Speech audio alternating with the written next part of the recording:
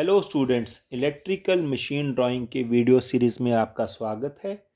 आज जो सर्किट हम समझने वाले हैं वो है motor operated from two alternate source of supply, यानी कि एक मोटर को दो सोर्सेज से कैसे ऑपरेट किया जा सकता है, या तो सोर्स वन से या सोर्स टू से। तो एट ए टाइम एक ही सोर्स जो है उसी से मोटर कनेक्ट होनी चाहिए, अदरवाइज शॉर्ट सर्किट हो सकता है। सो कनेक्शन कैसे हैं, पहले हम मोटर के मेन कनेक्शन को समझ लेते हैं। ये सप्लाई सोर्स वन है, उसका आर वाई और बी फेस है और न्यूट्रल है। तो तीनों फेजेस से टैपिंग लेके फ्यूजेस के थ्रू टीपीआईसी स्विच को दिया गया है, और टीपीआईसी स्विच के बाद सप्लाई जो है वो मेन कॉन्टैक्टर के थ्रू होती हुई, ओएलआर के थ्रू होती हुई तीनों फेजेस मोटर को अवेलेबल हो जाएंगे। इसी तरह सप्लाई सोर्स टू भी मोटर के साथ कनेक्टेड है। तीनों फेजेस के टैपिंग फ्यूजेस को दिए गए हैं। फ्यूजेस का आउटपुट टीपीआईसी स्विच से होते हुए main contactor supply source B का जो कॉन्टैक्टर है, कॉन्टैक्टर बी के थ्रू होते हुए ओएलआर, और ओएलआर की आउटपुट मोटर को कनेक्टेड है। या तो सप्लाई सोर्स ए से मोटर कनेक्ट होगी या सप्लाई सोर्स बी से कनेक्ट होगी, क्योंकि दोनों फेजेस से सप्लाई कनेक्टेड एट ए टाइम नहीं होनी चाहिए। तो इसको कैसे हमने अचीव किया, उसके लिए हम इसका कंट्रोल डायग्राम पढ़ते हैं। कंट्रोल डायग्राम में एक फेज से हमने कनेक्शन लिया, फ्यूज के थ्रू होता हुआ स्टार्ट पुश स्टॉप पुश है। स्टॉप पुश का आउटपुट स्टार्ट पुश पे आके वेट कर रहा है। स्टार्ट पुश जो है वो नॉर्मली ओपन है। जैसे ही आप स्टार्ट पुश को प्रेस करेंगे, सप्लाई जो यहाँ पे अवेलेबल थी वो यहाँ पे आ जाएगी, और यहाँ के आने के बाद सप्लाई दूसरे सोर्स के एनसी के थ्रू होते हुए, क्योंकि ये एनर्जाइज नहीं है हमारा, दूसरे सोर्स के एनसी के थ्रू होती हुई ओएलआर से होती हुई मेन रिले को, मेन कॉन्टैक्टर के रिले को पहुंचेगी, और उसके बाद आके न्यूट्रल पे टर्मिनेट हो जाएगी।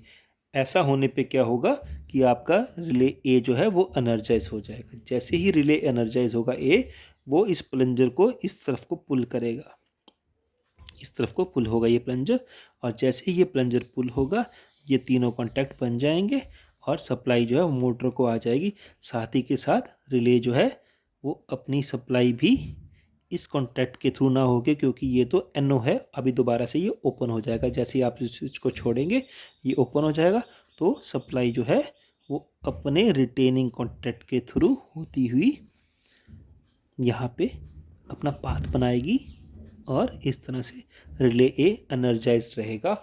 और जब तक रिले ए एनर्जाइज रहेगा तब तक आपका मोटर भी सप्लाई सोर्स वन से कनेक्टेड रहेगा। जैसे ही ये रिले ए एनर्जाइज हुआ था, इसने एक और काम किया, उसने इस कॉन्टैक्ट को ओपन कर दिया। ये कॉन्टैक्ट कैसा है, ये कॉन्टैक्ट वो है जो सप्लाई सोर्स टू से बी को कनेक्ट करने वाला था। अगर आप देखिए यहाँ से सप्लाई सोर्स बी का फेज स्टॉप पुश के थ्रू होता हुआ यहाँ पे आके वेट कर रहा है।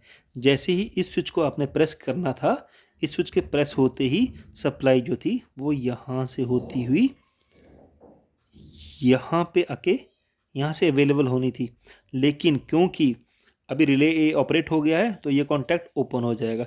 जैसे ही ये कॉन्टैक्ट ओपन होगा, सप्लाई आपकी आगे अवेलेबल नहीं होने वाली है रिले बी के लिए।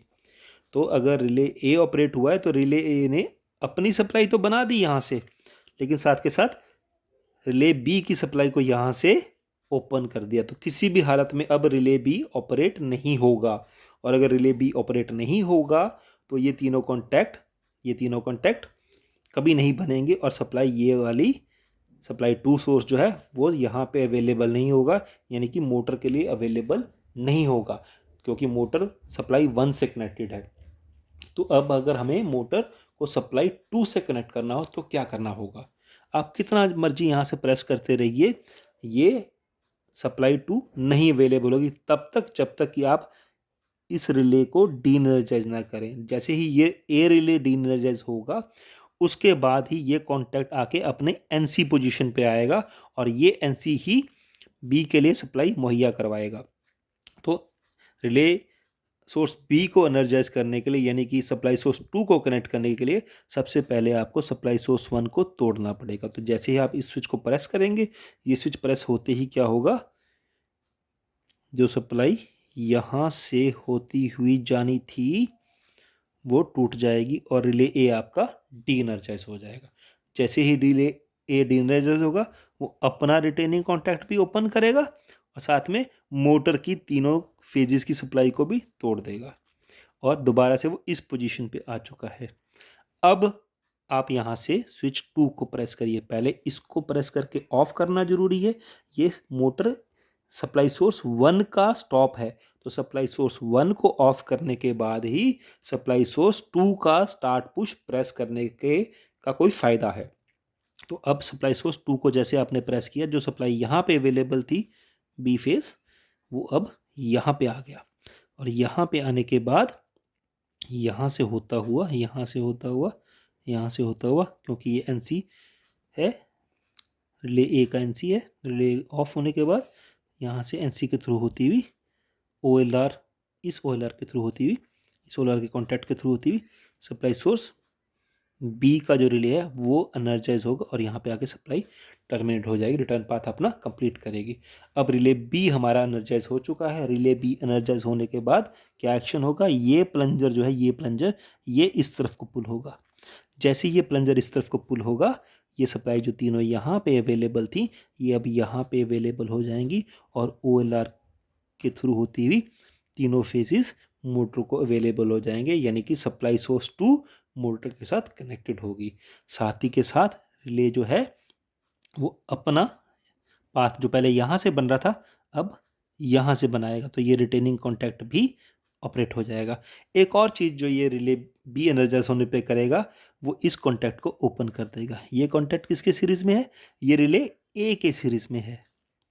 तो आप देखिए कि क्या हुआ कि जैसे ही रिले बी एनर्जाइज हुआ, अपनी सप्लाई बनाएगा लेकिन रिले ए की सप्लाई तोड़ देगा। तो अब किसी भी हालत में सप्लाई सोर्स 1 मोटर के साथ कनेक्टेड नहीं होगा, चाहे आप जितना मर्जी स्विच को प्रेस करते रहे। तो बड़ा ही अच्छे तरीके से इसने प्रोटेक्शन दिया है, इंटरलॉकिंग दिया है। रिले ए की सप्लाई को एनर्जाइज करने के लिए रिले बी क्लोज होना जरूरी है और ऐसे ही रिले बी को एनर्जाइज करने के लिए रिले ए ऑफ होना जरूरी है।